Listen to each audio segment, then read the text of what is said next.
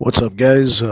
Coming back to you here with another show. We're off for a little bit, trying to start a new platform here, giving you a little bit more visual effect here with the camera on.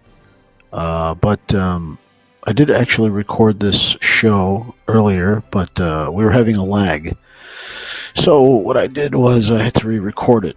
But we're going to have a real good show today. We're going to talk about Joaquin Phoenix's new Joker. And I think I'm going to go over this Screen Rant article. I think it's very interesting. I think you guys will enjoy it. What I want to do is kind of go over there's 5 good reasons why we're excited about Joaquin Phoenix's Joker and 5 reasons why we're worried about it. So in this article dated in August 29th, it kind of goes over the new movie coming out. I'm sure you folks have seen the trailers. I'm sure you folks have seen I've heard a lot about the movie. What I want to do is just kind of briefly go over this because in just a few months, Todd Phillips' high anticipated Joker movie will be released. The movie stars Joaquin Phoenix as the clown prince of crime and promises to be given an original story. One of the most iconic comic book villains of all time. Yeah, of course. I mean, the Joker versus the Batman. We've seen that countless times. But what I like to see, what I really like and enjoy about this movie that I've heard, is it's going to be outside of the DCU universe. I think what's going on with a lot of the movies, because they're intertwined with other movies, it's a give and take. It's a double-edged sword because what happens is that you don't get to cultivate and create that character on its own. It's all tied into other, other characters, and I'll get into that. I'll get into the article a little bit more. But in general, for example, if you notice, Spider-Man, for example, I'm sure you've seen the recent news that he's outside of the Marvel universe at this point. But what was going on with him, I kind of didn't like the direction they were going with him because Spider-Man is supposed to be a character that stands on his own, and he basically became a sidekick for everybody else, which I personally didn't like because I think Spider-Man was, one of the most popular characters out there. But be that as it may, let's get into this article here. It says the first point it makes, it says excited. It says Joaquin Phoenix is an incredible actor. Well, I personally think he's one of the better actors out there.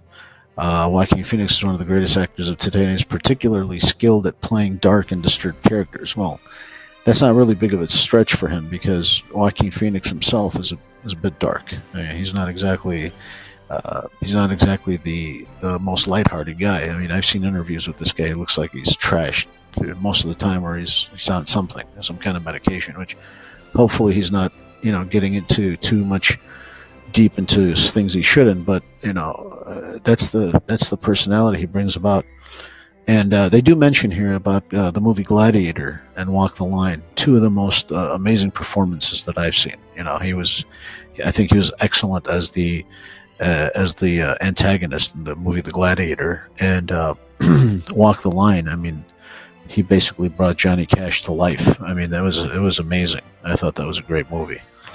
One thing they're worried about in the movie, they stated here, is that the big screen version of the Joker has already been done, and it's been done very well by Heath Ledger. And I agree. I mean, the Christopher Nolan version in The Dark Knight of Heath Ledger was just iconic. I mean, everybody that talks about the Joker now, they used to talk about Jack Nicholson, but obviously the standard would be Heath Ledger, in my opinion. That's one guy that I think passed away too soon in life, and I think he was a great actor.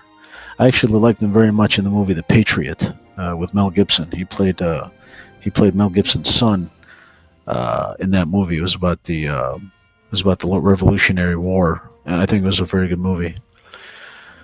Going to excited. Another point they bring up is it's the first ever Joker movie on his own. I mean, that could be a good thing or a bad thing, obviously, but it kind of I think it's interesting because it kind of breaks down the Joker and what he's about. I think it's going to be real cool to see that unfold. One of the worries they have is there's no Batman.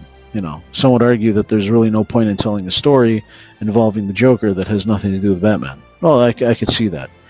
He is he's the antagonist to Joker. I mean, to Batman. Excuse me.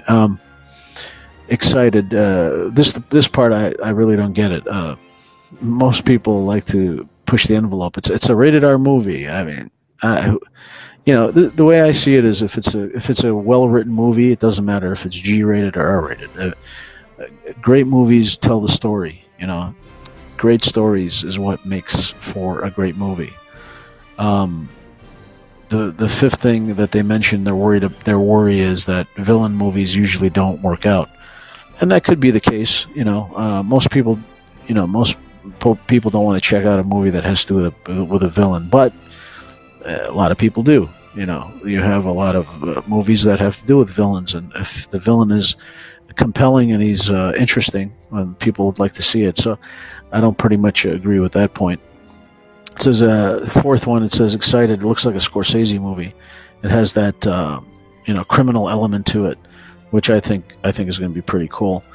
This third one, it says worried. It's not using any comic books as source material. I kind of agree and disagree with this one because a lot of the points of the movie, if you look at it, it kind of reminds me of The Killing Joke because it starts that whole theme of kind of a quiet, nerdy guy that doesn't want to be involved with anybody, and then you have people picking on him, and it just one day he just snaps. I mean, it just takes that one minute reason, and anyone can pretty much snap. I think this is the one of the most interesting points of Joker is all of us in some form or fashion have the ability to have that in our life. So, second point, it says it looks like no comic book movies ever they haven't seen a comic book movie similar to this. And I agree. It says the trailers and marketing materials for Joker strongly suggest a comic book movie unlike any we've seen. It's gritty. It has more of a real world feel to it. Like a real movie rather than a comic book movie. And the last point they bring up is the Joker works better without an origin story. You leave the mystery. I kind of agree and disagree with this because people are very interested in this character. They want to see what makes this person tick. It mentioned something here interesting. It says Jack Nicholson played a great Joker in 1989 Batman, but we learned everything about him, including why he dresses like a clown, which is true. I mean, we knew he was a hitman, and this was what he was about, and he went crazy, and he got dipped in the acid. But DC mentions that Joker sometimes is not really a person, a particular human being, a particular individual, but more of an idea. So I think this is what this one's going to explore. Anyways, it was great having you guys for today's show. Please like, share, subscribe, and I appreciate you guys watching always. Thank you.